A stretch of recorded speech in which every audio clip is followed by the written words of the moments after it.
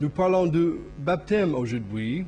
Vous regardez à l'arrière de moi une piscine qui symbolise le baptême.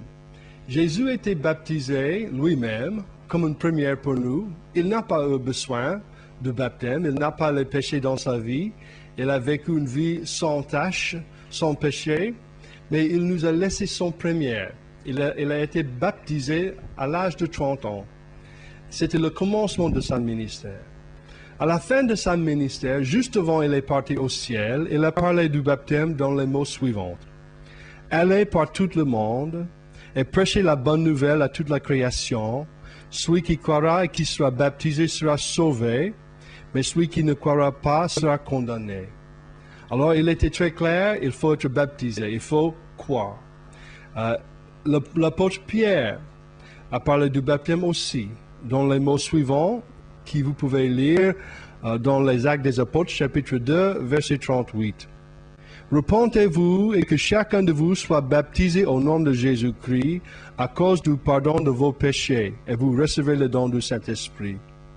Notez bien les bénédictions de cette foi et cette repentance et cette baptême. Jésus a dit, nous sommes sauvés. L'apôtre Pierre a dit que nous serons pardonnés de nos péchés et que nous recevrons le don du Saint-Esprit.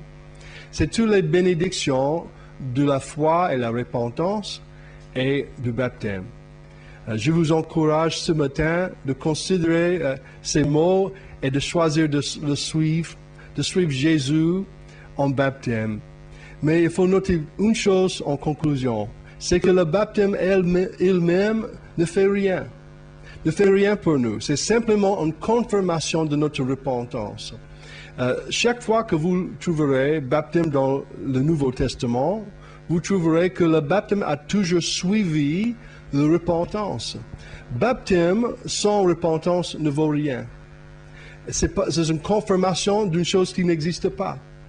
Baptême après la repentance, c'est une confirmation de ma décision que j'ai fait publiquement devant Dieu, devant le diable, devant le monde, que je suis un chrétien, que j'ai choisi de suivre Jésus.